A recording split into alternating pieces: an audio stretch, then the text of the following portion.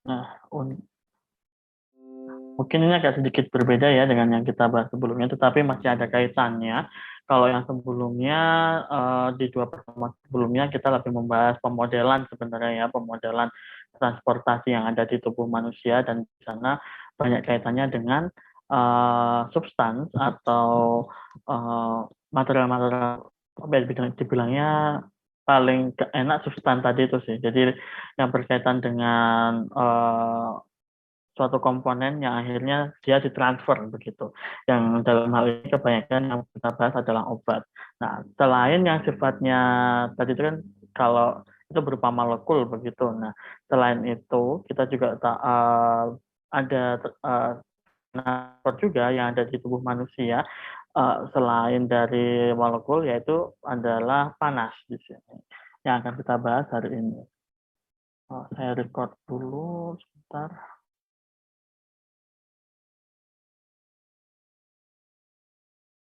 Recording in progress. Oke.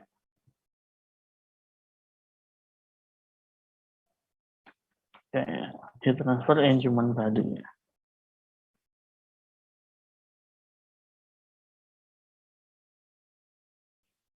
Kira-kira nih kalau misalkan kita akan membahas transport panas, kalau misalkan di bidang lebih spesifik lagi ya, kalau tadi kan di tubuh manusia yang umum Mas Yan.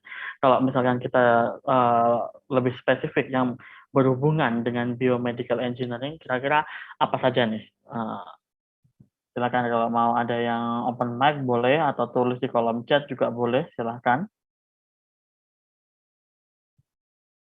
Kira-kira apa saja nih yang berhubungan dengan heat transfer kalau misalkan di bidang kita, entah itu fenomenanya atau mungkin alat medisnya atau mungkin alat apa ya, selain alat fenomenanya yang berkaitan, pokoknya yang berhubungan dengan transfer panas, kira-kira apa saja?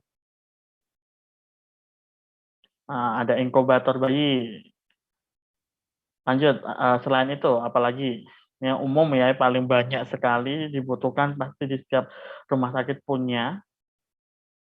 Ada inkubator, selain itu yang berhubungan dengan transfer panas.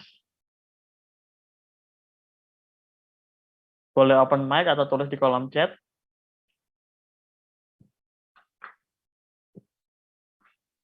Apa saja, harusnya banyak nih ya, apalagi kalau kita eh, apa namanya, ingat di masa pandemi ini pasti untuk mengecek suhu atau panas pasti di sini sangat krusial.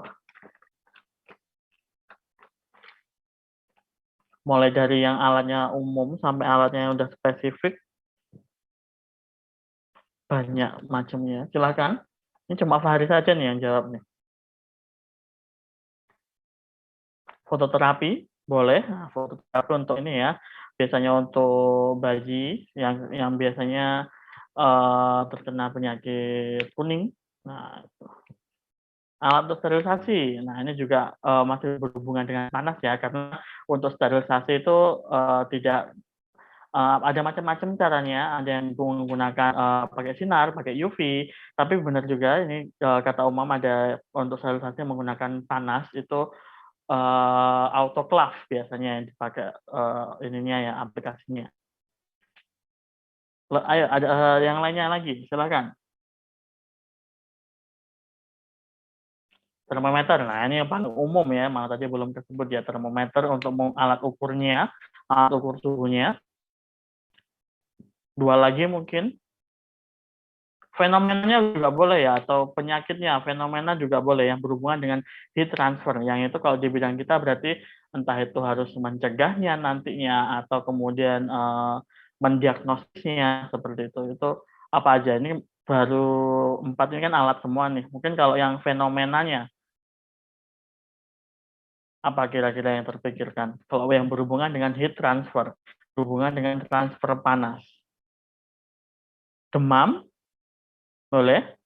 Ini yang paling umum terjadi ya, dan ini jadi salah satu tanda eh, untuk kasus COVID-19 juga. Yang ekstrem mungkin, yang mungkin bukan sesuatu yang umum gitu. apa yang berhubungan dengan transfer panas juga.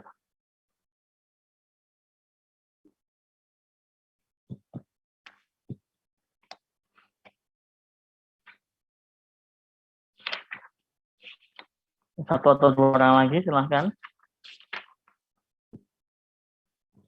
Hipotermia. Nah, ini juga nih ya kondisi khusus yang kondisi ekstrim tadi itu ketika tubuh tidak mampu untuk menghasilkan panas yang dibutuhkan sehingga akhirnya mengalami ini nanti akan kita bahas ya di akhir ada nanti hipotermia ini bagaimana tanda-tandanya, kemudian apa yang terjadi begitu. Dan mungkin nanti ada juga mungkin dari teman-teman yang bisa sharing, biasanya kasusnya ketika naik gunung, mungkin ada yang suka naik gunung dan pernah tahu mungkin cerita tentang hipotermia kalau misalnya ada orang yang di gunung begitu. Satu lagi mungkin sambil ini nunggu.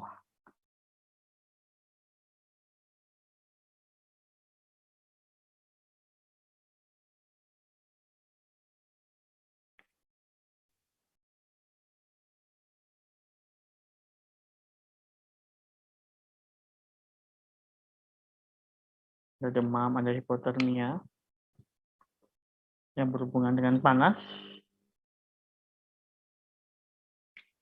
Kanker kulit. Nah, kalau kanker kulit ini biasanya ini ya, kalau kanker kulit kalau kita lihat penyebabnya mungkin bisa macam-macam ya, tapi yang paling banyak misalkan karena biasanya itu kelainan ini ya, apa pigmennya, kemudian nanti yang bermasalah di genetika kulitnya begitu, atau kalau untuk terapinya, nah ini fototerapi tadi mungkin ada yang fokus untuk ke sana. Dan sekarang mungkin kalau yang berkaitan dengan ini juga banyak yang udah memanfaatkan panas ini untuk terapi juga, bukan terapinya di sini biasanya untuk yang berkaitan dengan syaraf. Nah, itu ada namanya terapi panas dingin. Nah, itu juga pakai heat transfer. Nah, ya terima kasih semuanya yang udah menjawab tadi. Kita lanjut sedikit. Nah, beberapa faktor yang mempengaruhi kecepatan dari transfer panas ini ada beberapa macam ya. Kalau di sini dibagi menjadi 3, yaitu thermalnya sendiri, yang di sini dalam arti adalah specific heat, yang itu merupakan karakteristik dari suatu materialnya, termasuk juga thermal conductivity, bagaimana suatu material mampu menghantarkan panas di sini. Kemudian ada juga secara fisiknya, kalau dari fisiknya tergantung dari densitasnya. Bagaimana kemudian semakin padat berarti semakin cepat menghantarkan di sini. Semakin ini ya punya ruang, kalau semakin padat kebalik nggak ya? Yang punya ruang untuk kemudian menghantarkan panasnya ke molekul yang sebelahnya lebih cepat begitu. Kemudian satu lagi yang berkaitan dengan rheologikalnya, bagaimana alirannya begitu ya. Yang di sini terkait dengan viskositas dan juga koefisien konsistensi.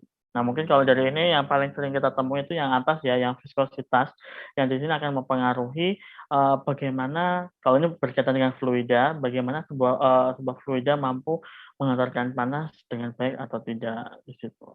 Jadi memang di sini nantinya berdasarkan dari si materialnya atau bahannya itu seperti apa, ditinjau dari berbagai macam aspek seperti itu. Kalau untuk kategorinya, nah kategorinya di sini ada 2 macam, yaitu ada yang steady state yang dia dalam artian itu si suhunya atau kalornya itu posisinya konstan over time. Jadi dia tidak berubah-ubah begitu ya. Dan nilainya memang segitu sering berjalannya waktu. Atau kemudian di sini temperatur pada lokasi yang berbeda di dalam sebuah sistem bisa saja berbeda ininya temperaturnya. Tapi kemudian mereka tidak berubah seiring berjalannya waktu. Jadi memang keadaan steady state ya, nanti sering bertambahnya waktu ya nilainya kebanyakan tetap walaupun misalkan dalam lokasi satu sistem tapi lokasinya berbeda seperti itu. Tapi kondisi ini tuh malah kondisi yang sangat jarang terjadi karena kalau kita bilang dalam satu sistem pasti banyak dipengaruhi oleh apa yang ada di sekitarnya, sehingga akhirnya kondisi ini tuh kadang, mungkin kondisi ideal, tetapi bukannya realistik gitu ya. Karena kalau kalau kita lihat secara realnya, akan sangat susah untuk mencapai, angka yang steady state seperti ini. Mungkin bisa diusahakan kalau memang benar-benar apa yang ada di sekitarnya itu dipaksa untuk selalu memberikan kondisi yang sama. Nah, itu baru, bisa steady begitu ya. Lawannya ada yang namanya unsteady yang memang di sini, berbeda secara nanti seiring bertambahnya waktu, itu temperaturnya itu berbeda pada satu titik ataupun titik yang lain. Nah, contohnya temperatur di dalam sebuah, makanan dalam kaleng selama, memasak. Itu tadi setelah, kita belajar kategorinya ya. Kalau, modenya, nah ini yang mungkin akan sering kita temui gitu ya ketika berkaitan dengan, panas, pasti kita nggak akan jauh-jauh dengan, 3 ini yang paling sering kita temui. Ada konduksi, ada konveksi, dan juga radiasi.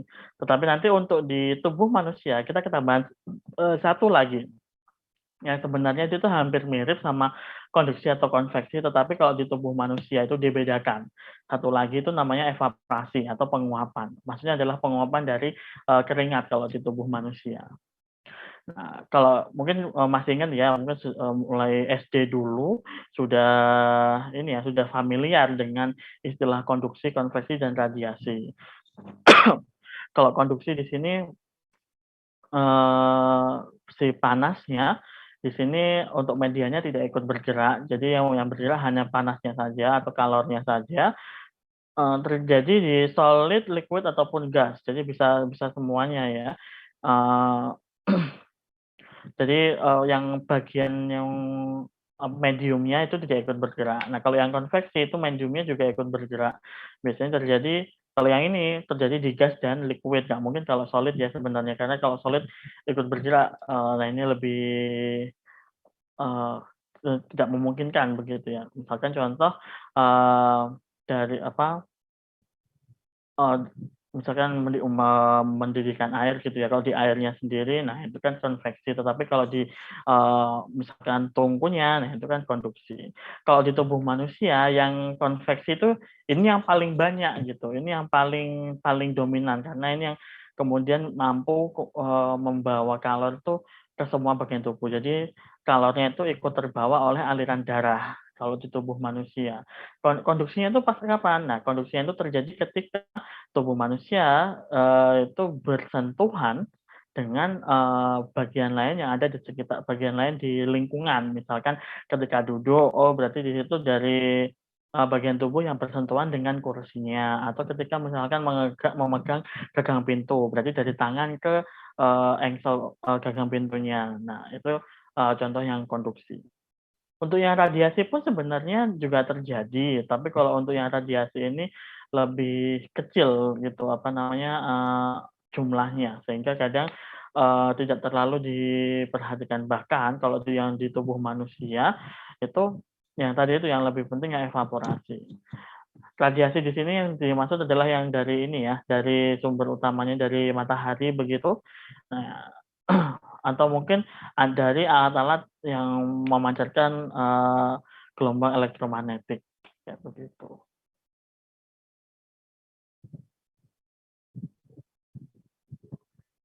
Nah, sekarang, pertanyaan lagi. Silakan kalau ini saya minta tolong ini ya, open mic ya. What does affect wind chill factor? Jadi kalau misalkan ada angin kemudian kita merasa kayak apa ya, sempriwing gitu ya. Atau kalau misalkan ini dikasih contohnya, kalau misalkan pada waktu winter, atau musim dingin, terus kemudian termometer tuh membaca suhunya tuh -20 derajat Celcius. Ketika udaranya itu stasioner atau, apa, diam gitu ya, nggak yang bergerak, kencang gitu. Tapi tiba-tiba angin tuh berembus gitu. Kira-kira apa yang dibaca oleh berapa yang dibaca oleh termometer? Termometernya akan menunjukkan, angka berapa kira-kira? Silakan yang mau open mic.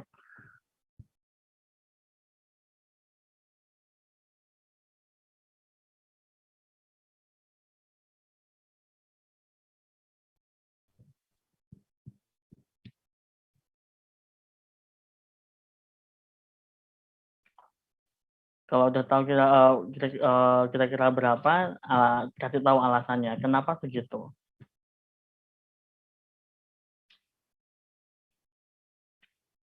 Silakan. Nanti kita bahas di akhir ya. Kita kumpulkan dulu jawabannya. 2 atau 3 jawaban. Habis itu baru kita bahas. Silakan.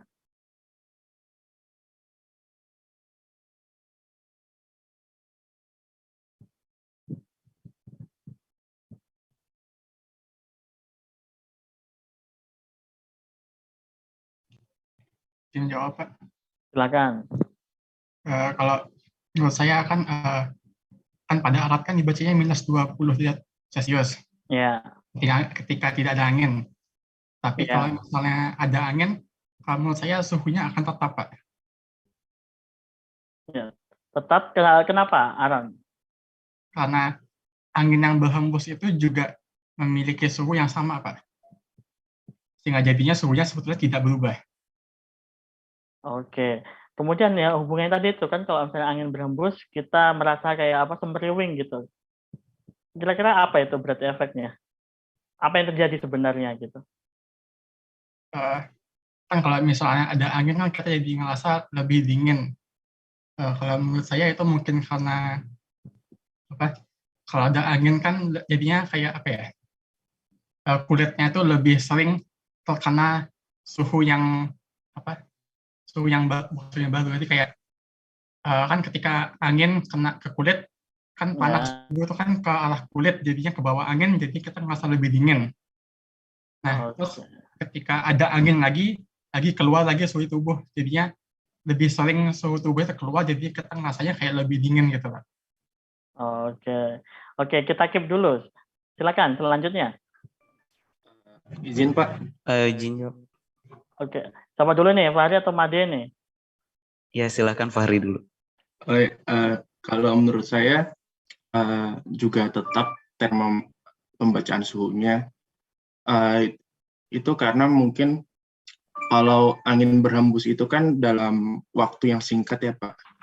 Sedangkan termometer itu, apalagi termometer air raksa, itu perlu waktu juga untuk menaikin air raksanya itu, Pak. Jadi kalau dalam waktu singkat mungkin nggak kebaca gitu, Pak. Kurang lebih seperti itu. Oke. Kalau tadi Fahri hubungannya misalkan ini yang tadi yang wind chill itu, yang semeriwing tadi. Kalau saya sendiri ngebayanginnya bakal lebih dingin, Pak. Jadi lebih turun nanti pembacaan termometernya. Mungkin karena terjadi pindahan panas gitu, yang awalnya kan dia minus 20 derajat. Mungkin di sana masih ada panas-panas sedikit. Dengan adanya angin itu berhembus, jadinya dia terjadi perpindahan panas gitu. Panasnya di sana lebih hilang. Mungkin jadinya kalau itu secara konveksi gitu, kalau nggak salah gitu. Mungkin begitu, Pak. Oke, Made, terima kasih. Oke, nah ini ada pertanyaan selanjutnya, nanti jawabannya itu akan masih berhubungan. Oke, kita keep dulu ya, tadi jawabannya Fahri ada sama Made. Bentar. Nah, ini pertanyaan selanjutnya. Kalau tetap ya, ini kondisinya kondisi di musim dingin. Manakah yang lebih dingin antara bangku dari metal atau bangku yang dari kayu ketika di musim dingin ya, dan mereka itu berdekatan gitu ya. Mungkin butuh 3 lagi, silakan yang mau menjawab. Izin jawab, Pak. Silakan. Menurut saya yang lebih dingin itu bangku dari metal karena dia lebih menyerap dingin gitu, Pak. Sama kayak kalau di dalam kulkas itu kan freezer itu kayak dari metal gitu, Pak. Jadi dia bisa menyerap dinginnya gitu. Itu sih, Pak, menurut saya. Oke. Selanjutnya silakan. Izin menjawab, Pak. Silakan, Umam. Mungkin sama seperti Helsa yang lebih dingin yang dari metal. Untuk alasannya yang tadi sudah disebutkan Pak Alfian, kalau dia lebih padat itu lebih mudah untuk menghantarkan thermal begitu Pak. Jadi lebih dingin, cepat dan rata. Gitu Pak. Oke. Satu lagi terakhir sebelum kita bahas. Menurut saya juga itu Pak lebih dingin untuk yang besi daripada yang kayu Pak, karena kan kalau kayu itu kan penghantar panas yang buruk gitu Pak, kalau besi itu kayak penghantar panas yang baik gitu Pak. Jadi itu apa gimana gitu ya Pak? Eh, Kalau misalnya kita megang besi gitu kan Pak, jadi energi yang ada di kulit kita itu kan Pak lebih banyak berpindah ke besi. Eh, jadi kalau misalnya badan kita itu kehilangan apa energinya lebih banyak, jadi kulit kita pun jadi dingin gitu Pak. Menurut saya gitu Pak. Oke. Oke, terima kasih dia udah jawab. Nah, ini ada apa ya, Bu? Mungkin pemahamannya yang harus diluruskan gitu. Pahami lagi sama pertanyaannya. Nah, ini yang pertanyaan kedua ini masih berkaitan dengan yang pertama. Kalau tadi cowok semua tadi yang pertama yang jawab ada Fahri, Aron dan Made. Nah, kalau misalkan yang pada winter time termometer membaca -20 ketika apa namanya udaranya itu diam, stasioner begitu, kemudian ada angin berhembus. Nah, yang terbaca oleh termometer sebenarnya dia akan membacanya akan tetap -20. Tadi itu ada beberapa, dia ada dua sisi jawaban dan memang benar semuanya.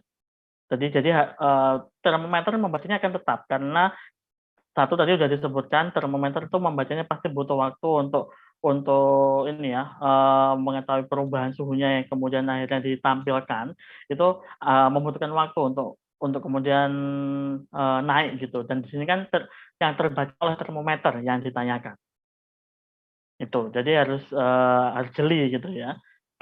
Dan kemudian ini masih berkaitan dengan tadi jawabannya Mande dengan 3 jawaban tadi Helsa, Umam dan Widya. Manakah yang lebih dingin? Nah, kalau kita lihatnya dinginnya di sini misalkan diukur dengan termometer, kalau misalkan yang metal ataupun yang kayu, dua-duanya akan sama-sama dingin kalau tempatnya itu sama. Suhunya akan sama di sana sebenarnya. Tetapi, nah ini ada tetapinya ya. Tapinya tadi jawabannya Helsa, Umam sama Widya, termasuk tadi yang dijawab oleh Made. Apa yang akan kita rasakan kalau kita yang megang? Nah, itu akan berbeda.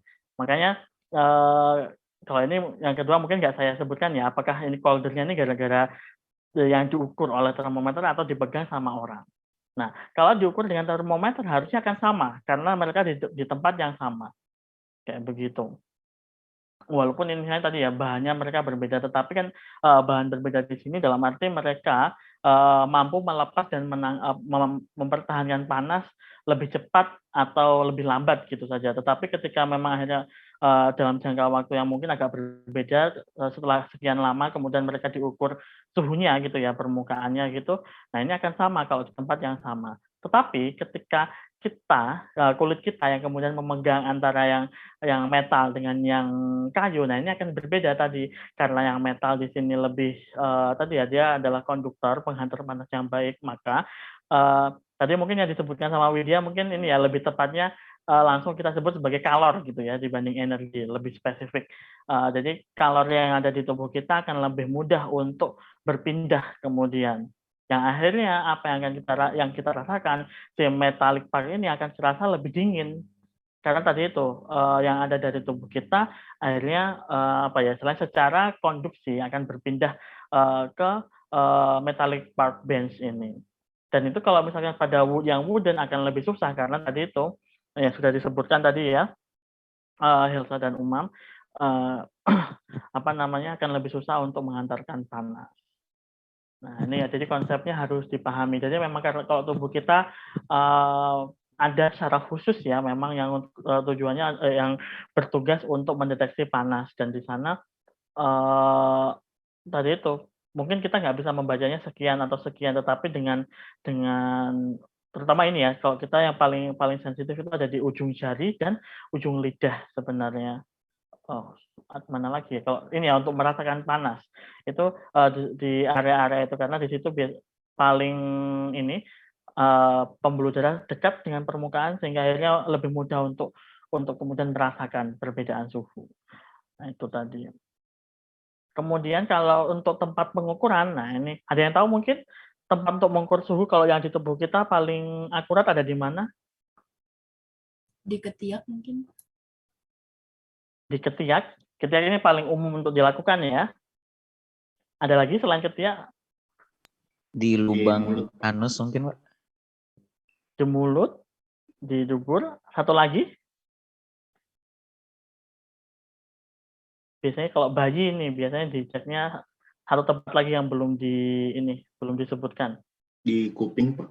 Nah, ya di lubang ini ya, di lubang telinga yang biasanya pakai kalau kita ada termogan yang infrared, nah itu biasanya yang mungkin sebelum masa pandemi ini ya, yang paling banyak untuk pengecekan suhu ada di telinga. Nah ini juga sama jawab nih, telinga. Ya, tadi ada beberapa tempat yang memang digunakan dan sebenarnya kalau kita ngukur yang paling akurat, kalau kita bilang ya, kalau ketiak dan mulut itu masih sebenarnya kalau kita lihat yang apa istilahnya suhu basal yang ada di tubuh kita itu masih kurang begitu akurat.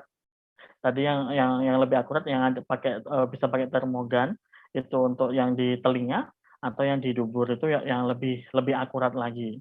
Biasanya kalau untuk bayi biasanya itu di kedua tempat itu. Untuk mengecek, terutama kalau kondisinya di bayi ya, itu akan lebih, krusial ketika ada kenaikan suhu yang terlalu ekstrim, bisa saja mengganggu ininya, sarafnya kalau di bayi, sehingga akhirnya ketika ada kenaikan yang terlalu ekstrim harus segera ditangani.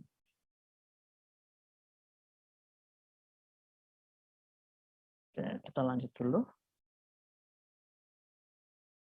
Nah, ini tadi yang sudah saya sebutkan ya, sudah sempat kita bahas juga.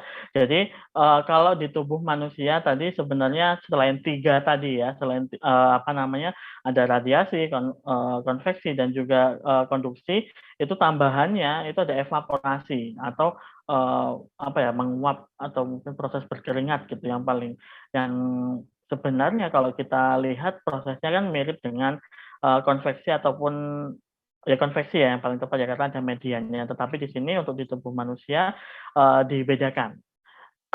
Bisa saja di sini karena ada kontak misalkan yang memang bagian tubuh yang di kulit itu kontak dengan, lingkungannya, atau memang, di sini kontak dengan apa yang dipakai oleh orang, seseorang atau yang kita pakai gitu ya, dan itu memang, berpengaruh, nanti akan kita bahas di belakang gitu ya. Untuk kalau misalnya berkaitan dengan thermal di tubuh kita itu namanya, homoiotherm. Di sini kita dibagi menjadi 2, ada yang core, ada yang surface. Nah, yang core ini yang inner organ dan brain, terutama otak di sini ya, itu yang dia di sana ada satu bagian khusus yang dia itu kerjanya untuk meregulasi panas. Nanti kita bahas setelah ini. Kalau misalkan yang di permukaan, nah ini ya kerjanya nanti yang paling banyak adalah kulit. Nanti di sana ada, di lapisan bawahnya ada lapisan lemak suputan, kemudian ada juga, otot-otot yang kerjanya nanti menghasilkan panas di beberapa kondisi. Ada juga, rambut-rambut yang ada di kulit yang itu nanti akan mengatur gitu ya, mengatur kapankah akhirnya penguapan itu dibutuhkan oleh tubuh atau evaporasi itu dibutuhkan oleh tubuh, kapan, tidak. Nah itu yang, mengatur di bagian kulit. Untuk, manusia atau hewan homoiotherm ya, itu suhunya itu di-maintain kalau suhu ini ya, suhu basal yang ada di dalam itu di-maintain sekitar 37 sampai 38 derajat Celcius, itu yang, range normal atau mungkin bisa sampai, ya 36 mungkin, 36,5 begitu. Nah, di sini, suhu ini tuh masih memungkinkan untuk naik turun, sampai 10 derajat, tapi ini ekstrim ya kalau sampai 10 begitu. Tanpa, tapi kondisinya, sampai 10 derajat memungkinkan tapi cukup ekstrim begitu. Biasanya kalau yang diukur pakai termometer sudah sampai 39 itu kan sudah masuk kategori demam, itu sudah, takutnya nanti berbahaya begitu. Kalau Sebenarnya masih bisa berubah sampai 10, tapi itu sangat jarang terjadi. Apa yang terjadi di tubuh manusia yang berkaitan dengan suhu di sini sebenarnya polanya itu bukan yang apa ya, bukan yang kebetulan begitu ya. Tapi di sini dipengaruhi oleh apa yang terjadi di dalam tubuh, yaitu berkaitan dengan proses fisiologis mulai dari pencernaan, penyerapan makanan, kemudian bagaimana otot bekerja dan lain sebagainya. Yang di sana memang ada nanti macam-macam ya, mulai dari yang memang thermalgenesis, yaitu yang menghasilkan thermal, bagian tubuh yang kemudian bisa menghasilkan panas, sama yang menjaga agar panas itu nggak keluar dari tubuh yang sudah dihasilkan. Jadi ada memang beberapa bagian yang punya kerja masing-masing.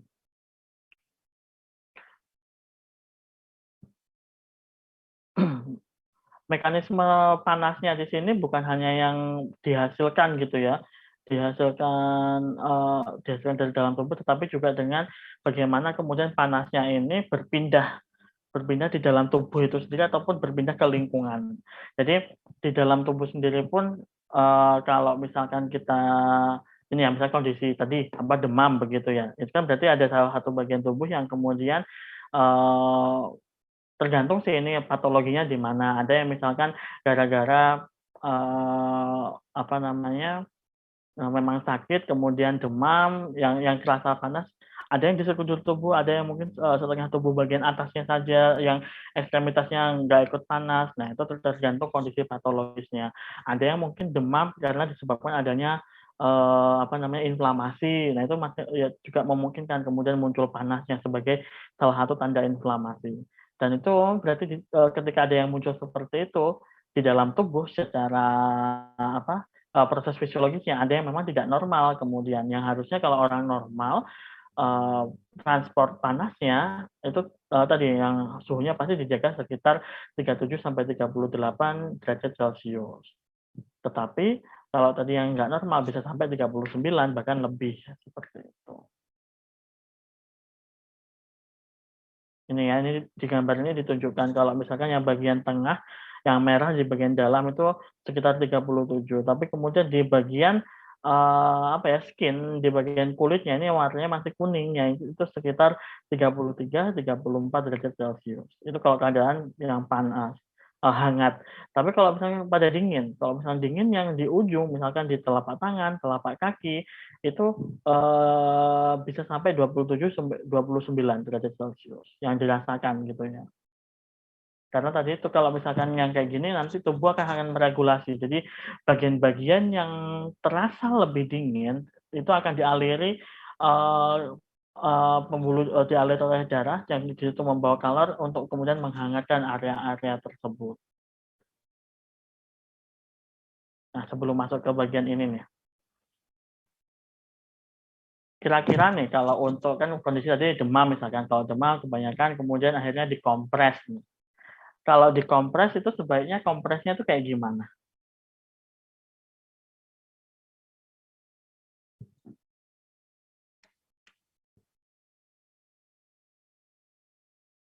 Silakan kalau ada yang mau jawab.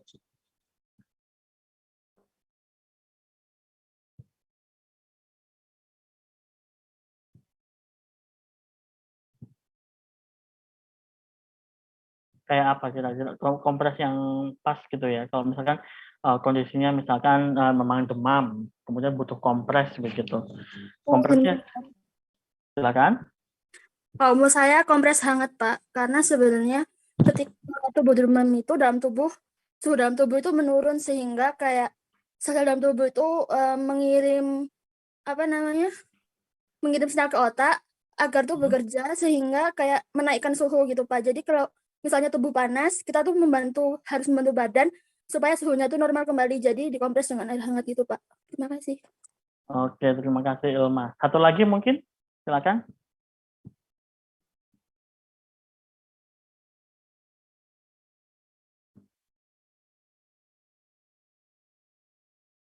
Satu orang lagi.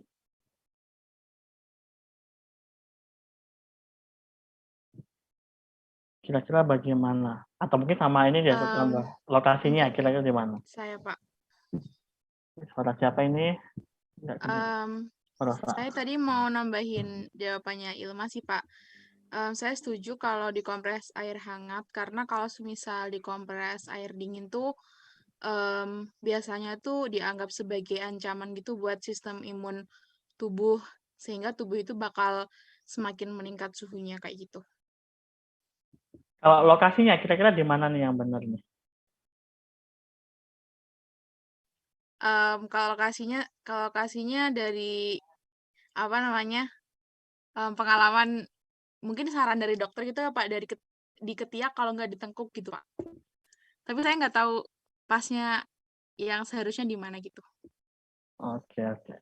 Nah, berarti jawabannya sudah tepat ya. Jadi kalau kompres, sebaiknya kompresnya kompres yang hangat. Tadi yang disampaikan Ilma sama Rosa sudah saling melengkapi ya. Jadi memang ketika kita memberikan istilahnya apa ya, memberikan disturbance atau gangguan dari luar, yang tadi kan misalkan di tubuh memang suhunya sudah meningkat nih. Kalau misalkan kita beri kompresnya itu berupa air dingin, nah tubuh itu akan merespon ada bagian yang dingin nih. Nah kemudian akan tambah meningkatkan suhunya. Atau tadi malah kalau dari yang disampaikan Rosa, sistem imunnya yang bekerja untuk kemudian merespon dengan menaikkan suhunya. Dan itu memang yang terjadi begitu ya. Sehingga akan lebih berbahaya karena suhu tubuhnya akan semakin meningkat. Sehingga yang lebih tepat menggunakan yang hangat tadi itu dengan harapan di area yang memang dikompres ini akan semakin minim kalor yang dikirim oleh tubuh sehingga suhu tubuh bisa semakin menyebar dan menurun. Harapannya seperti itu. Kalau untuk lokasinya, nah ini ada ini ya, apa namanya istilahnya, berbagai macam pendapat begitu. Ada yang memang sebaiknya di bagian apa namanya, tadi misalnya di tengkuk, terus kemudian di kaki, nah, jadi ada macam-macam. Dan di sini biasanya tergantung sama kondisinya juga gitu dilihat. Nah, mungkin dokter yang lebih tahu untuk yang seperti ini. Nah, kita kembali lagi tadi ya, yang jadi pusat pengatur temperatur yang ada di tubuh kita atau yang bertugas sebagai termoregulator itu adalah hipotalamus. Jadi ini bagian dari otak kita, yang bekerja cukup krusial begitu ya, yang untuk mempertahankan bagaimana kalau apa namanya suhu tubuh itu berubah, itu bagaimana kontrol yang dilakukan oleh hipotalamus. Nah ini akan kita bahas di sini. Harapannya kan kalau tubuh tadi itu normalnya misalkan 37 sampai 38. Nah kalau misalkan ternyata di sini apa namanya bergeser begitu dari angka ini, misalkan suhunya berkurang, misalkan sampai misalkan suhunya 25 atau mungkin lebih ekstrim, maka yang akan dilakukan atau yang diperintahkan oleh hipotalamus adalah tubuh harus menghasilkan panas yang kemudian akan mempertahankan atau akan menaikkan suhu basal yang ada di tubuh kita. Kemudian setelah suhu itu naik, harus dipertahankan. Jadi bukan cuma menghasilkan, tetapi juga mempertahankan. Makanya di sini ada dua kata ya, ada generate sama maintain. Jadi memang harus setelah naik pun juga harus dipertahankan agar tidak istilahnya yang suhunya tadi itu normal itu tidak sesaat saja, tetapi dipertahankan segitu gitu sampai kondisinya memang normal. Nah, apa yang akan dilakukan oleh tubuh? Nah, ini yang akan kita bahas setelah ini. Untuk yang dilakukan tubuh untuk generate sama maintain ini ya. Pada bayi atau mungkin ini ya younger children yang masih anak-anak begitu, pengaturan suhu tubuhnya itu masih belum normal atau belum bekerja secara sempurna, sehingga akhirnya apa ya, prosesnya itu akan lebih lambat begitu, proses regulasi yang ada di tubuhnya. Misalkan seperti ini kondisinya. Untuk anak-anak itu akan berkeringat lebih sedikit dibandingkan orang dewasa ketika memang mungkin suhu di di lingkungan itu gerah atau panas gitu ya. Jadi untuk memulai ini apa namanya berkeringatnya itu lebih lama karena memang dari sisi apa ya tubuhnya sendiri masih belum memiliki tadi sistem regulasi yang baik seperti itu.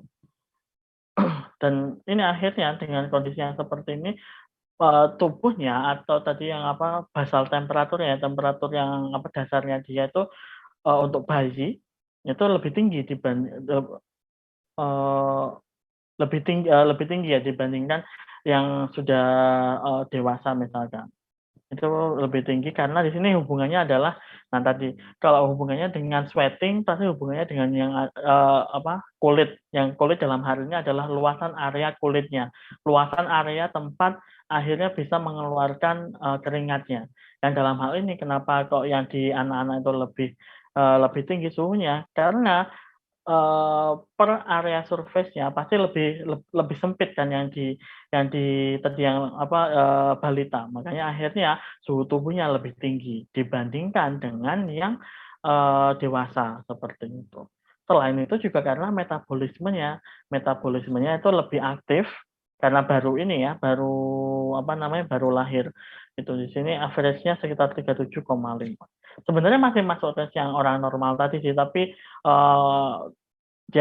untuk yang bayi di sini cenderung lebih tinggi dibanding yang normal. Karena tadi tubuhnya masih mencoba untuk menyesuaikan, mencoba untuk istilahnya belajar meregulasi begitu ya hipotalamusnya. Dan juga termasuk hubungan sama surface area tadi. Nah, ini yang dilakukan sama otak atau hipotalamus tadi ya, yang dilakukan ketika memang ada dua kondisi utama ini, yaitu yang terlalu panas atau terlalu dingin. Di sini bisa teman-teman, cara bacanya dari kita ke atas dulu ya, ketika kondisi panas. Jadi kalau misalnya ini dari otak, kemudian ada dari kulit di sini, mulai menerima sinyal gitu ya, bahwa ini lingkungannya terlalu panas nih, yang itu akan dirasakan oleh, sarafnya di sana, yang ada saraf di sana, maka yang akan terjadi adalah, nah ini, yang karena terlalu panas ya, jadi, panasnya ini harus yang di dalam tubuh itu harus dikeluarkan. Jadi di sini yang terjadi adalah blood vessel dilating. Jadi pembuluh darahnya itu akan mengembang yang kemudian akan memudahkan, panas itu untuk keluar. Ketika pembuluh darah di sini mengembang, dia akan lebih dekat dengan permukaan kulit, yang artinya akan lebih mudah untuk melepaskan kalor dari pembuluh darah, dari aliran darah menuju ke lingkungan. Atau melalui mekanisme yang kedua, yaitu sweating atau berkeringat. Dengan mekanisme yang berkeringat ini, maka yang terjadi adalah banyak kalor yang di situ akan dikeluarkan bersamaan dengan keringat. Yang kedua cara ini efeknya adalah suhu darah atau suhu yang dari tubuh manusia itu akan menurun, kayak begitu. Ketika suhunya menurun kembali ke normal, nah ini udah ngasih tahu ke otak tadi, bagian pengaturnya di bagian hipotalamusnya. Oh, ternyata suhunya sudah cukup nih segini. Nah, ini makanya sweating-nya akan diberhentikan atau blood vessel dilating-nya akan diberhentikan. Begitu juga sebaliknya sekarang. Kalau yang ternyata sinyal yang didapat oleh kulit ya, itu ternyata terlalu dingin. Kalau terlalu dingin maka yang akan dilakukan adalah, kan tadi kalau terlalu panas akan dikeluarkan kalornya. Nah, sekarang kalau terlalu dingin harus dipertahankan, harus dipaksa atau di sini di-conserve gitu ya. Ditahan di dalam tubuh kita biar tidak terlalu banyak yang keluar. Nah, itu yang dilakukan adalah ini kebalikannya ya. Kalau yang ini berarti yang pertama adalah pembuluh darahnya itu constrict atau dibuat lebih sempit sehingga akan lebih jauh dari permukaan kulit, dan itu akan menyebabkan proses tadi ya, misalnya keluarnya kalor dari pembuluh darah ke lingkungan itu semakin sedikit, semakin berkurang. Dan yang kedua adalah tidak berkeringat, no sweating. Jadi panas yang ada di dalam tubuh tidak akan semakin banyak yang keluar, kayak begitu. Efeknya apa? Ya ini blood temperature yang ada di dalam tubuh akan meningkat, yang artinya orang tidak akan terasa dingin. Nah, ini masih yang ini ya, regulasinya belum yang ekstrim. Ada nanti kondisi yang ekstrim seperti yang disebutkan tadi, ada hipotermia. Nah, Pada kondisi yang hipotermia itu kan dia terlalu dingin tapi yang sangat berlebihan. Nanti efeknya mungkin yang pertama dirasakan adalah menggigil. Ada yang tahu kenapa kira-kira kalau orang kedinginan itu menggigil? Apa tujuannya menggigil itu?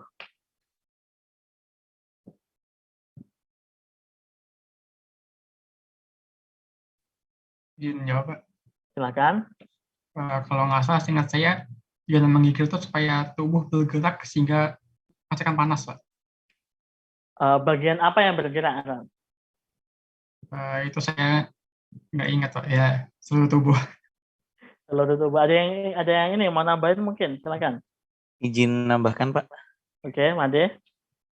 Iya, sama seperti Aaron, jadi menggigil itu kayak tubuh menggerakkan otot-otot gitu. Jadi otot kan ada pergerakan dan ada reaksi menghasilkan panas. Mungkin begitu, Pak. Nah, ini saling melengkapi ini ya, benar ya. Jadi memang akhirnya menggigil ini adalah salah satu sistem pertahanan tubuh untuk merespon keadaan yang ekstrim. Jadi kondisi ekstrim tadi yang terlalu dingin, tubuh itu meresponnya dengan kemudian menggerakkan bagian-bagian yang apa istilahnya mudah untuk digerakkan dan masif gitu. Dan makanya di sini yang biasanya digerakkan adalah bukan biasanya ya, yang pasti digerakkan itu adalah otot yang di situ akan dia termogenesisnya akan semakin cepat untuk menghasilkan panas tubuhnya. Karena kan kita tahu ya ketika ada sesuatu yang bergerak di situ akan menghasilkan kalor. Nah, dalam hal ini tubuh itu dipaksa, jadi secara bukan secara sadar gitu ya, secara nggak sadar bergetar seperti itu, otot-ototnya, nah itu akan kemudian menghasilkan panas untuk di di preserve di dalam gitu, biar nggak terlalu banyak kalor yang keluar. Kemudian termasuk ini ya, tadi ada sempat kita bahas masalah sweating, nanti ini ada mekanismenya yang berhubungan dengan rambut yang ada di kulit. Nah, ini yang kita bahas selanjutnya. Jadi ketika misalnya ini ya, yang kita bahas yang kiri dulu. Ketika ketika kondisinya di sini panas, maka tadi blood vessel-nya akan mengalami dilating, dia akan semakin mendekat ke permukaan untuk kemudian lebih mudah mengeluarkan panas seperti itu ya. Nah, di sini ada otot untuk ini ya, untuk rambut-rambut yang ada di kulit dia akan rileks, yang artinya di sini rambut yang ada di kulit itu akan istilahnya apa ya? Dia menutupi pori-pori atau dia tidak akan tegak begitu. Yang kalau di sini kalau si rambutnya tegak nanti akan mempertahankan yang di dalamnya. Di sini dia akan tidur yang jadi istilahnya apa ya, lebih nempel ke permukaan seperti itu. Yang akhirnya salah satu efeknya yang tadi kelenjar keringatnya akan mulai aktif di sini karena tujuannya tadi ya sweating untuk mengeluarkan panas berlebih. Kalau sebaliknya, kalau ketika yang dingin di sini rambut yang ada di kulit akan dipaksa untuk berdiri untuk istilahnya mempertahankan kalor yang ada di dalam itu tidak banyak keluar gitu. Karena tadi ya ketika untuk kondisi yang dingin berarti pembuluh darahnya itu constrict, dia akan istilahnya apa ya? Semakin mengkerut, bukan tadi diperlebar begitu ya. Jadi dia akan semakin jauh dari permukaan kulit sehingga proses adanya konduksi dari kalori yang ada di dalam pembuluh darah itu akan semakin susah. Nah, ini mekanismenya ya yang dilakukan oleh tubuh kita untuk mempertahankan suhu yang ada di dalam tubuh. Permisi, Pak. Ya. Izin bertanya, untuk yang Silakan. tadi, misalkan pada kasus kan ada orang waxing gitu, Pak. Jadi kan rambut-rambut di tangan atau kaki itu kan itu pengaruhnya sama mekanisme transfer panasnya kira-kira seperti apa, Pak? Nah, itu kan kalau misalnya kita tahu yang ada di tubuh kita itu pasti ada fungsinya gitu ya. Kadang kalau hanya mengejar sisi estetiknya pun ada konsekuensi yang akan dirasakan oleh orangnya begitu. Kalau pada waxing kan di sini memang akhirnya rambut-rambut tuh dicabut begitu ya. Kalau untuk mekanisme mekanisme penghantaran atau penghilangan atau mempertahankan panasnya di sini mungkin ya akan semakin berkurang karena salah satu peran rambut di sana untuk lebih utama adalah untuk mempertahankan sebenarnya ketika dingin rambut itu posisinya akan tegak dan mempertahankan agar kalor itu tidak banyak keluar ke lingkungan, jadi lebih dipertahankan di dalam. Nah, pada orang-orang yang kemudian melakukan waxing begini berarti untuk termoregulasi yang ada di permukaan itu rely on pada ini cuma kelenjar keringat aja yang di permukaan kulit, lebih ke sana akhirnya. Lebih jatuhnya lebih seperti itu ya. Jadi kayak kalau dari sini kita bisa lihat di gambar ini, rambut ini bukan salah satu-satunya gitu ya. Bukan satu-satunya yang berperan untuk mengatur, tapi juga ada kelenjar keringat yang juga jadi salah satu pengontrol keluar masuknya, mempertahankan atau keluarnya kalor dari dalam tubuh seperti itu. Atau mungkin ada yang punya pendapat lain, boleh disampaikan.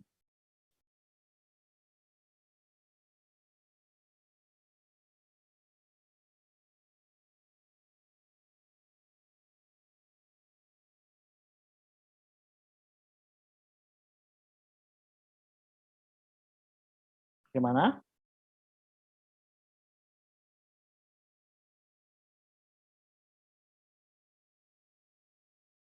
Berarti kalau kayak gitu kemampuan dia untuk mempertahankan kalornya itu ya Pak ya, berpengaruh di situ Pak. Ya, lebih di situ. Jadi lebih lebih gampang kalornya lebih mudah terasa dingin mungkin kali ya, lebih kayak gitu kerasanya. Harusnya kalau dingin orang normal bisa tahan karena adanya tadi itu si rambut ini bisa berdiri dan mempertahankan kalor itu tetap di dalam tubuh, tetapi ketika rambutnya ini tidak ada, nah ini akan lebih mudah keluar kalornya, akan lebih mudah terasa dingin orangnya gitu.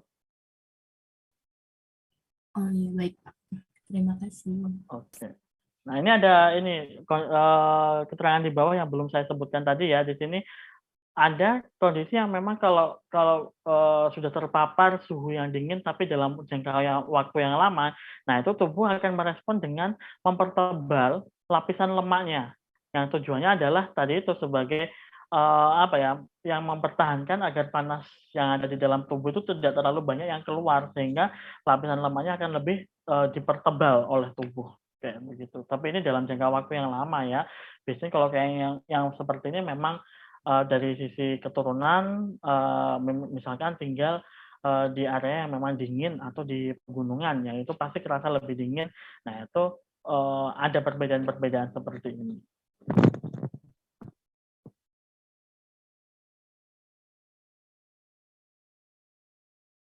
Ini tadi sudah sempat kita bahas ya.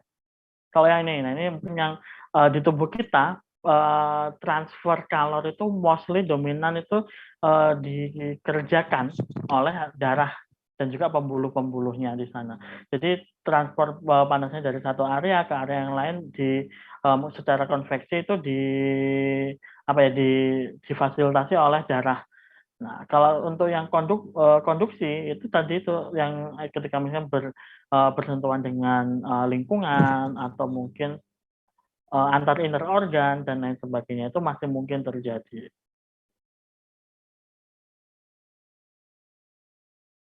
Ada istilah di sini ada warm arterial blood. Nah, itu yang dekat dengan suhu yang ada di dalam tubuh begitu ya. Itu akan ketika masuk ke skin yang ada di kulit yang kemudian nanti akan ketika masuk ke dalam core-nya lagi itu disebut cold venous blood. Jadi memang ketika nanti dekat dengan permukaan dia nanti akan lebih dingin karena kalor itu kan lebih banyak yang terbawa keluar. Tapi kalau yang dari dalam tubuh itu kan tadi disebutnya sebagai warm atau hangat karena memang di dalam tubuh untuk proses termoregulasinya lebih banyak dibandingkan yang di permukaan. Lebih mudah untuk dipertahankan kalau yang di dalam. Seperti itu.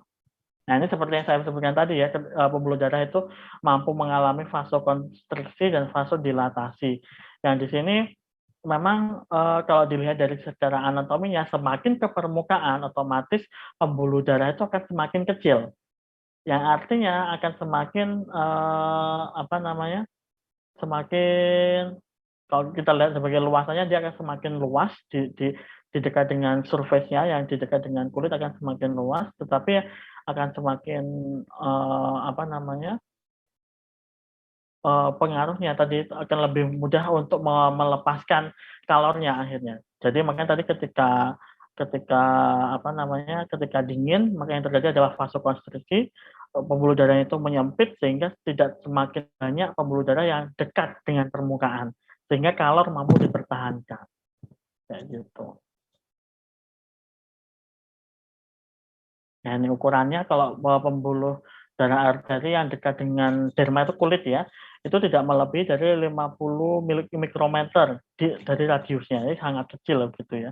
Sedangkan untuk pembuluh vena yang membawa darah dari area ini itu kurang dari 100 mikrometer. Jadi memang sangat kecil gitu ya untuk dari sisi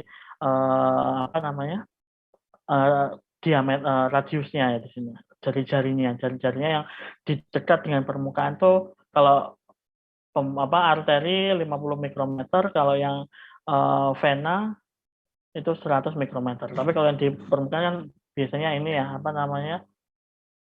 pembuluh darahnya kapiler dan yang kecil-kecil gitu. Nah, ini untuk yang konveksi tadi banyak terjadinya ketika ini ya di dalam tubuh yang itu mengikut sebagai yang bekerja sebagai mediumnya itu adalah darah di sini. Jadi mengikuti aliran darahnya. Itu sudah dibahas untuk yang berhubungan dengan permukaan. Nah, ini ya gambarannya ya. Ketika di arteri dia besar, kemudian kapiler, vena masih yang vena kecil, kemudian vena cava. Dan ini semakin ke bawah ukurannya semakin kecil. Ya, kalau arteri dia cukup besar ya dibandingkan dengan vena, dan temperaturnya pun juga semakin menurun karena kalau yang di arteri itu posisinya di dalam, ya artinya dekat dengan core tubuh manusia, otomatis kalornya lebih besar, pasti suhunya lebih tinggi. Tapi semakin dekat dengan permukaan akan semakin menurun. Nah, kalau yang vena karena dari permukaan untuk dibawa masuk lagi ke jantung, nah ini suhunya udah dingin tadi istilahnya karena kalor udah banyak keluar ketika sampai di permukaan.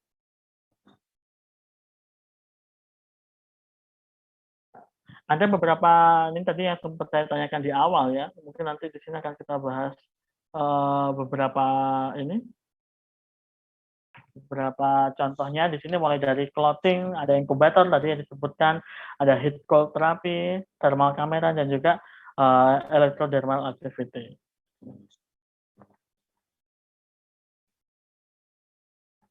Untuk itu tadi ya, transfer panas yang dari tubuh manusia itu tadi kan sempat tadi ditanyakan Helsa juga bagaimana kalau ada orang yang waxing. Nah, ini akhirnya kaitannya dengan ini juga. Ada yang memang beberapa orang mungkin istilahnya kan rambut yang ada di tubuh itu nggak semua orang sama. Nah, ini akhirnya banyak dikembangkan seperti ini untuk mengkompensasi tadi ya. Misalkan kalau secara kalau cuma kulit aja tidak cukup untuk kemudian mempertahankan panas yang ada di dalam tubuh, sehingga akhirnya dikembangkan banyak penelitian yang tentang ini clothing research. Jadi banyak yang dikembangkan terkait bagaimanakah desain dari bajunya, termasuk dari materialnya, desainnya, itu yang mampu mempertahankan panas yang ada di tubuh manusia. Nah, ini biasanya yang paling sering digunakan di daerah ekstrem yang suhunya sangat rendah, misalkan yang lebih dekat ke arah kutub.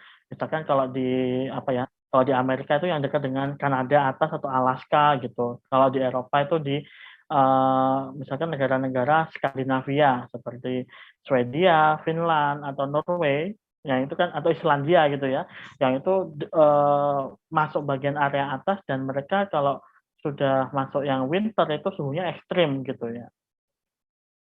Nah, itu didesain khusus memang apa namanya si bajunya dengan material tertentu yang di sana tujuannya pasti satu seperti yang kita bahas tadi mempertahankan agar panas yang ada di tubuh kita atau yang di tubuh pengguna dari pakaiannya itu tidak banyak yang dikeluarkan ke lingkungan sehingga mampu bertahan di dalam. Jadi suhunya nggak semakin turun kayak begitu.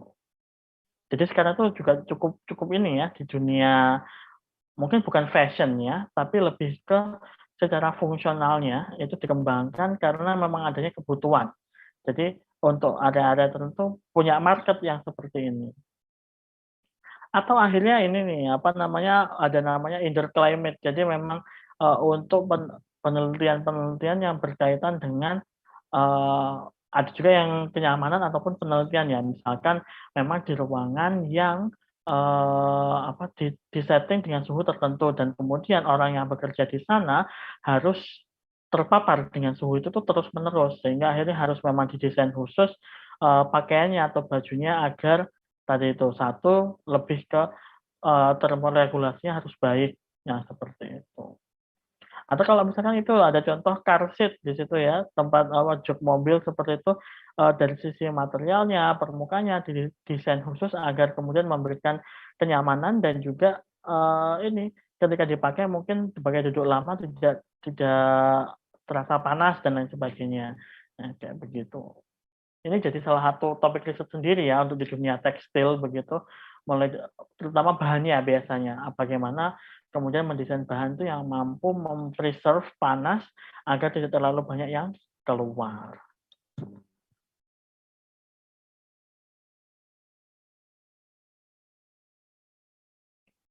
Yang kedua ada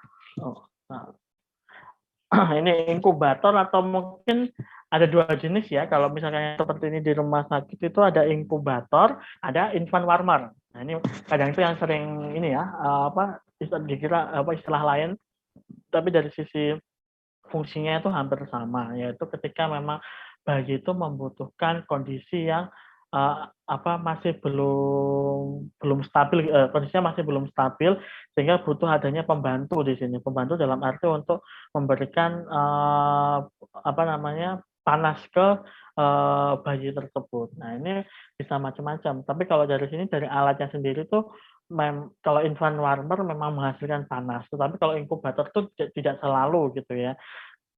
Ada yang memang biasanya kalau inkubator mungkin yang paling sederhana kalau misalkan untuk bayi kan ada yang cuma pakai bohlam saja, ada yang memang pakai pemanas gitu. Itu ada macam-macam yang apa pengaturnya seperti itu. Biasanya paling banyaknya di NICU ya, neonatal intensive care unit. Kemudian ada heat cold therapy. Nah, ini yang saya bilang tadi yang biasanya digunakan untuk orang-orang yang bermasalah dengan saraf. Misalkan pada saraf yang ada di kaki atau tangan. Nah, ini terapinya bisa menggunakan yang seperti ini, heat cold therapy.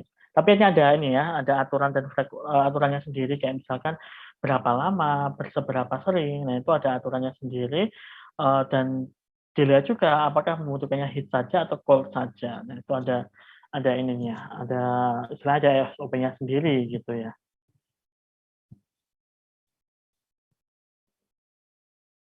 Nah, ini yang juga yang lumayan sering kita temui gitu ya.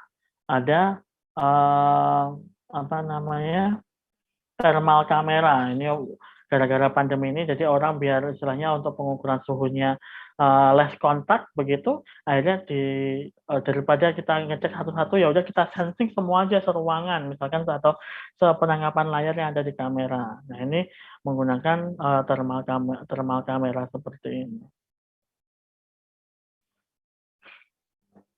Kalau yang ini mungkin lebih ke menggunakan ini ya, biasanya inframerah kalau yang ini untuk kemudian untuk melihat suhunya begitu.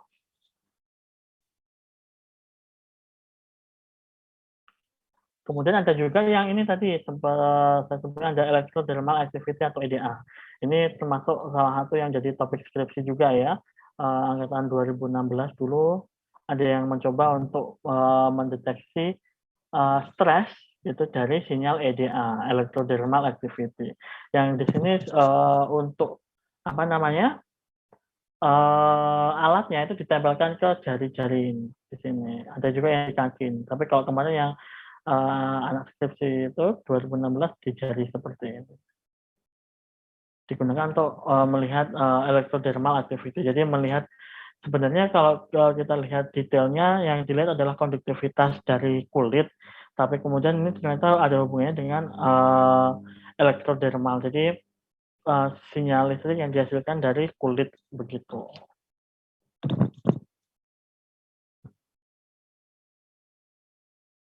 Nah, ini kemudian tadi yang sempat disebutkan ya, kita bahas mengenai dehidrasi dan juga hipotermia. Untuk yang dehidrasi di sana karena kekurangan atau dehidrasi mungkin lebih ke ini ya, kekurangan cairan tubuh. Tapi efeknya juga nanti ini ke panas juga begitu ya. Tanda-tandanya mulai dari haus, kemudian bibirnya kering, lebih jarang buang air kecil, kulitnya kering, sakit kepala dan juga detak jantungnya itu lebih tinggi begitu. Nah, kalau dehidrasi lebih ke tadi kekurangan cairan. Tapi tetap ketika cairan itu berkurang, otomatis regulasi yang ada di dalam tubuh, karena kan basisnya kan menggunakan darah tadi kan. Dan di sini yang ketika kekurangan cairan pasti regulasinya akan kacau begitu. Ada juga kondisi yang satunya hipotermia. Kalau hipotermia karena memang terpapar ini ya, terpapar suhu yang ekstrim rendah begitu. Nah, ini ada tanda-tandanya di sini, mulai dari ngantuk, kemudian ada kalau dari ini ya, yang dari saraf itu ada yang ngantuk, marah, kemudian blacking out seperti ini ya, pingsan begitu, heartbeat-nya semakin pelan, terus kemudian wajahnya membengkak, jadi susah ngomong kayak pelo begitu, kulitnya jadi pucat, kemudian shivering, jadi menggigil, tangannya dingin.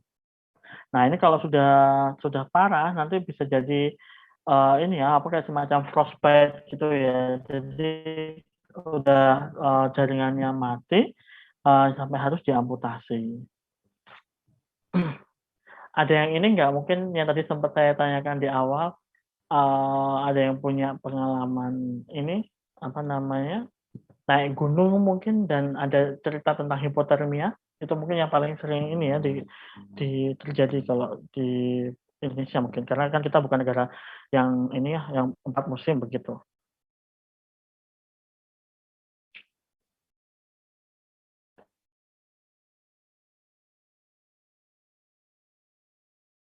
Ada nggak yang punya cerita mungkin pernah dapat cerita atau mungkin mengalami sendiri begitu ya? Biasanya naik gunung yang sering terjadi biasanya.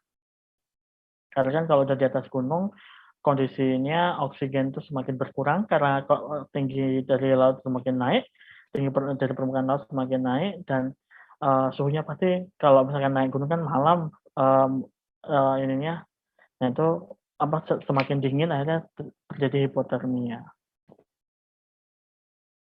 Ada yang punya pengalaman mungkin bisa sharing.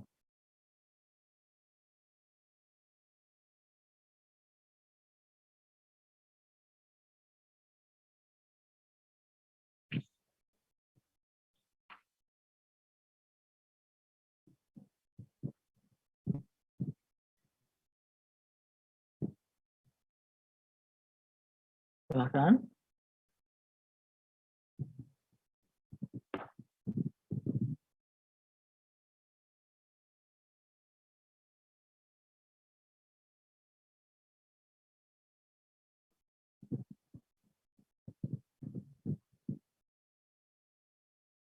Atau emang ini tidak ada yang punya pengalaman sebelumnya?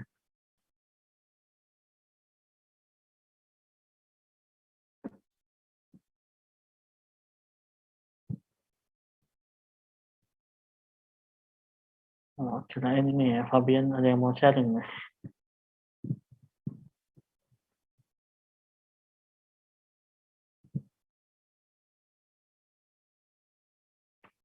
Nah, itu kadang kalau misalnya udah yang masuk ke hipotermia tadi ya, tubuh itu udah terlalu sudah out of control, jadi nggak bisa meregulasi lagi panas yang keluar dari tubuh sehingga akhirnya yang terjadi tadi menggigilnya udah nggak karuan, kemudian sampai detak jantung itu semakin melemah karena kan kalau misalnya semakin tinggi otomatis ini ya kalau tinggi berarti peredaran darahnya akan semakin cepat, kemudian akan lebih dekat dengan permukaan dan yang terjadi nanti tambah semakin banyak kalor yang keluar sehingga akhirnya di sini detak jantung akan semakin menurun yang terjadi karena tadi itu untuk mempertahankan panasnya di dalam gitu ya.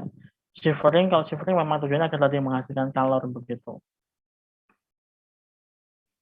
Tapi yang parah tadi ya, biasanya itu yang tadi ada frostbite itu terjadi di kaki dan tangan, itu yang sampai kemudian seperti gosong gitu ya. Tapi itu berarti udah mati, jadi kayak jaringannya udah mati sehingga kalau udah yang kayak gitu itu harus diamputasi.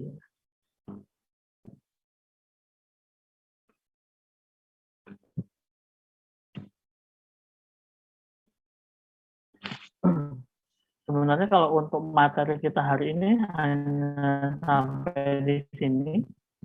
Silakan jika ada yang ingin ditanyakan, sudah habis. Untuk regulasi kalornya memang tidak terlalu ini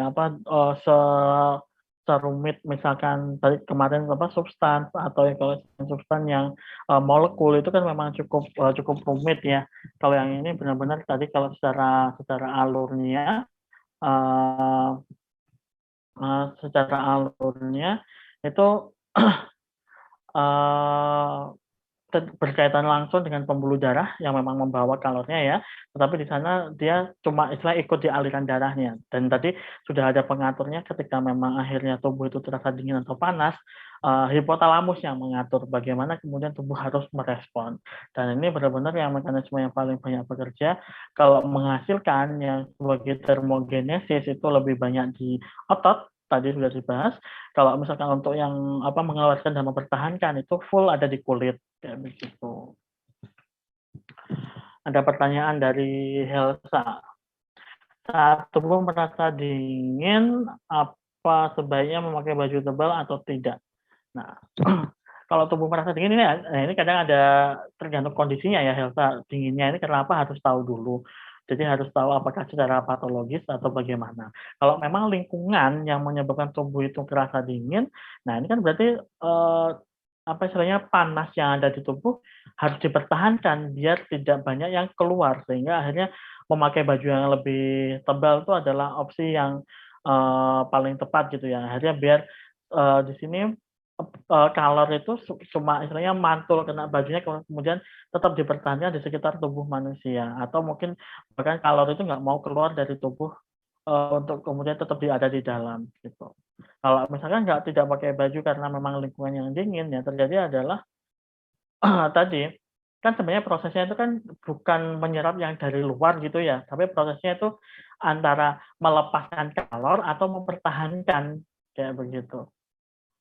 Mungkin kalau yang menyerap dari luar bisa sih kayak misalkan kita ada di api unggun kemudian kita kerasa hangat, mungkin yang seperti itu.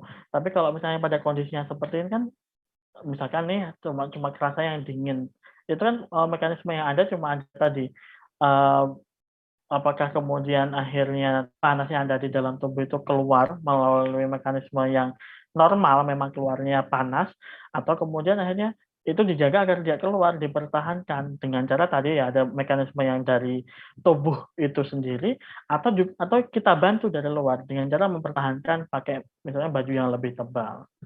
Nah, seperti itu.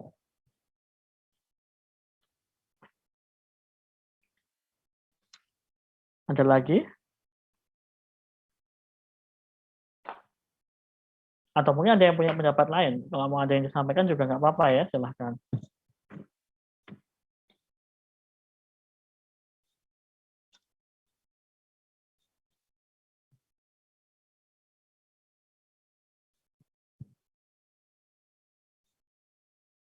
Pak, izin bertanya, Pak. Tadi terkait hipotermia, saya sepertinya sempat pernah mendengar sempat mendengar kayak informasi, Pak. Kalau untuk seseorang yang terkena hipotermia itu katanya perlu untuk dilakukan penghangatan dengan cara dipeluk gitu, Pak. Dipeluk dengan banyak orang gitu, Pak, buat sebisa mungkin tetap menjaga suhu tubuh dari seseorang yang terkena hipotermia itu, Pak?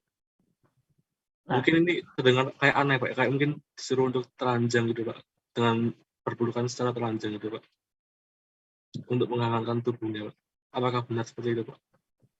Nah ini ya sebenarnya opsinya pun banyak yang bisa dilakukan, tapi mungkin dengan sumber, kalau mau tergantung ini ya, adakah ada sumber panas atau tidak gitu ya. Kadang kalau kondisi ekstrim seperti itu susah untuk mencari sumber panas. Nah, kalau di tubuh kita sendiri kan itu tadi yang seperti sudah kita bahas memang menghasilkan panas gitu ya, dan yang memungkinkan ya mungkin tadi transfer panasnya langsung dari yang memang masih istilahnya masih apa ya, mampu bertahan, yang kemudian sampai ke orang yang tadinya masih memerlukan panas, mungkin bisa dengan cara seperti itu. Tapi tadi itu ya, kondisinya sama-sama ekstrem, apakah kemudian yang lain juga mampu bertahan? Nah, itu yang jadi pertanyaan.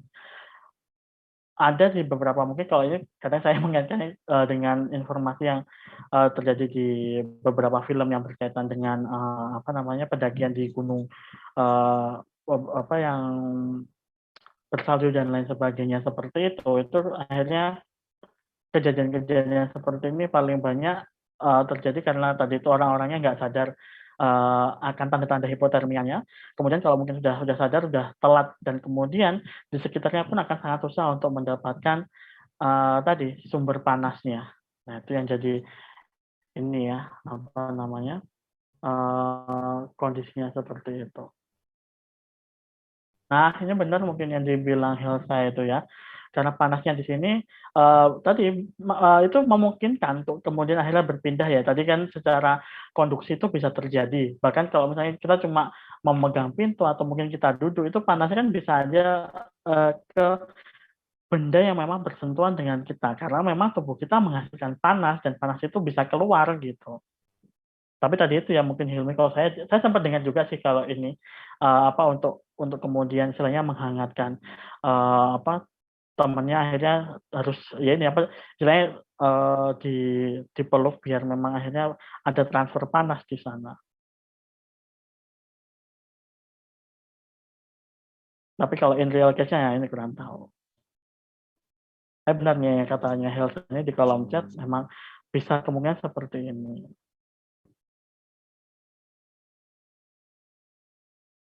Ada lagi mungkin? Izin bertanya juga Pak terkait kondisi hipotermia. Iya.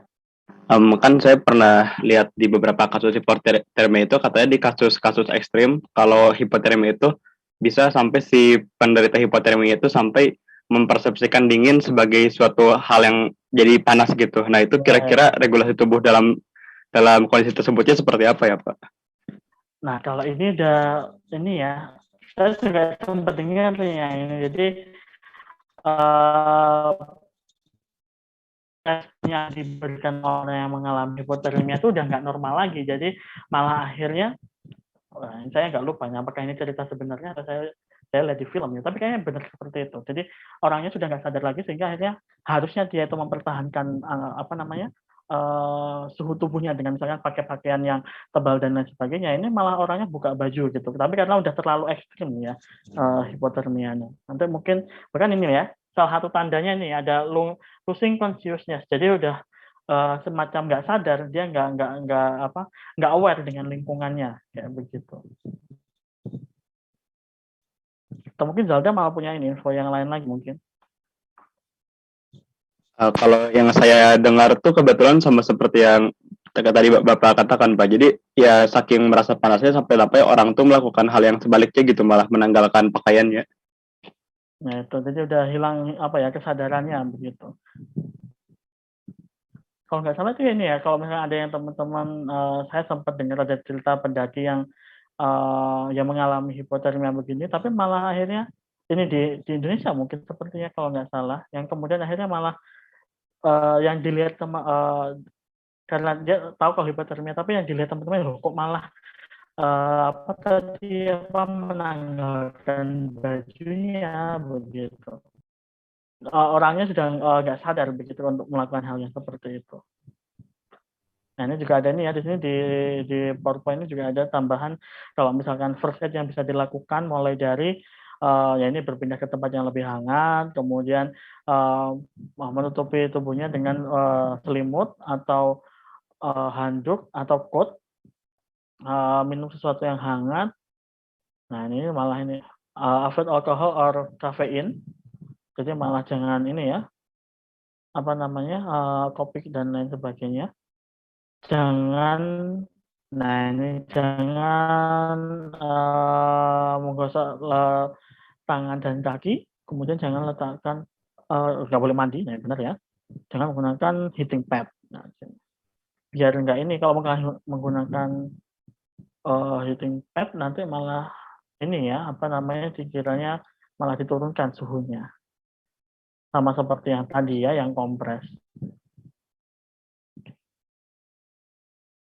Ada lagi? Izin bertanya lagi, Pak. Silakan. Untuk yang first aid tadi kan ada avoid alkohol, tapi kan kalau yang saya dengar dari orang-orang itu sebenarnya kayak alkohol itu kan kayak menghangatkan tubuh ya Pak. Nah itu mengapa kalau kita mengalami hipotermia justru harus menghindari dari alkohol tersebut Pak? Nah ini mungkin tadi ya untuk mempertahankan kesadarannya mungkin ya. Tapi benar sih kalau ini yang saya dapat langsung dari teman-teman saya dulu, kebanyakan bahkan yang istilahnya mereka mengkonsumsi ini bukan karena apanya ya, bukan karena pengen ya efeknya seperti apa, tapi lebih ke efek tadi menghangatkan tubuhnya. Tapi nah ini kalau saya kurang tahu pasti, mungkin kalau di sini kan menghindari gitu ya, mungkin takutnya malah tadi apa namanya, hilang kesadaran dan lain sebagainya. Mungkin lebih ke arah ke sana mungkin ya. Atau mungkin ada teman-teman kalau ada yang mau berpendapat lagi nggak apa berpendapat berkaitan dengan ini nggak apa-apa ya, silakan disampaikan. Permisi Pak, izin bertanya. Ya. Saya dapat informasi kalau seandainya saat manusia itu demam, yang dilakukan itu adalah banyak minum air putih untuk menstimulasi buang air kecil agar suhu tubuhnya menurun. Tapi kenapa saat cuaca dingin atau musim yang sedang dingin, manusia itu cenderung untuk buang air kecil secara terus-menerus? Bukankah itu nantinya akan semakin menurunkan suhu tubuh atau bagaimana? Terima kasih, Pak. Ini agak berlawanan. Kalau yang pertama tadi benar ya, kalau misalkan mungkin kalau misalkan demam dengan cara akhirnya kan termasuk salah satu ini ya, mungkin mengeluarkan kalornya kan tadi salah satunya bisa dengan berkeringat. Nah, dengan apa namanya, ketika buang air kecil di sana pasti juga ada kalor yang keluar yang ikut dengan apa namanya, air seninya begitu ya. Tetapi kalau misalnya pada saat yang dingin orang cenderung buang air kecil. Nah, karena tadi ini kalau misalkan pada saat yang dingin kan tetap tubuh itu sebenarnya akan mempertahankan kalornya. Tapi kan tetap harus ada yang istilahnya kalau buang air kecil kan memang karena dari sistem ini ya apa namanya, pencernaan dan ekskresi memang harus ada yang dikeluarkan kan karena itu memang mau dibuang gitu ya.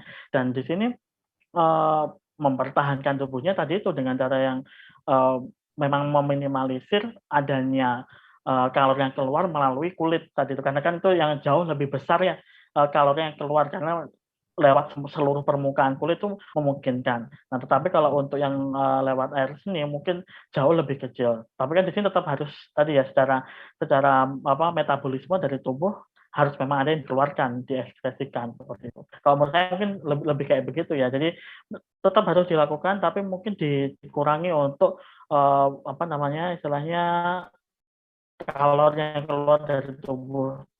Tapi yang utama lewat tadi yang apa regulasi keringat tadi dibandingkan yang air lebih seperti itu sih sepertinya. Kalau dari ini ya logika yang bisa kita tangkap dari apa yang kita bahas hari ini. Baik, terima kasih Pak. Oke. Ada lagi?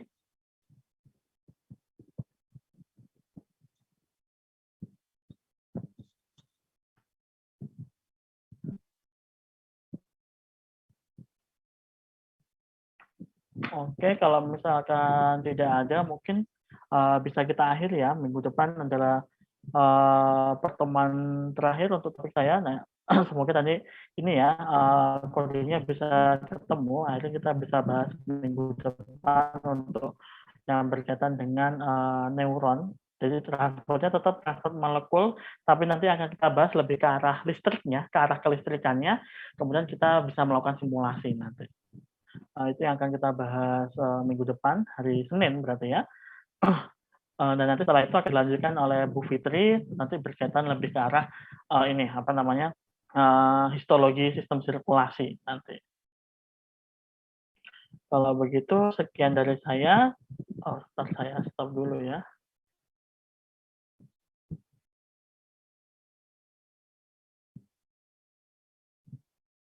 Oke.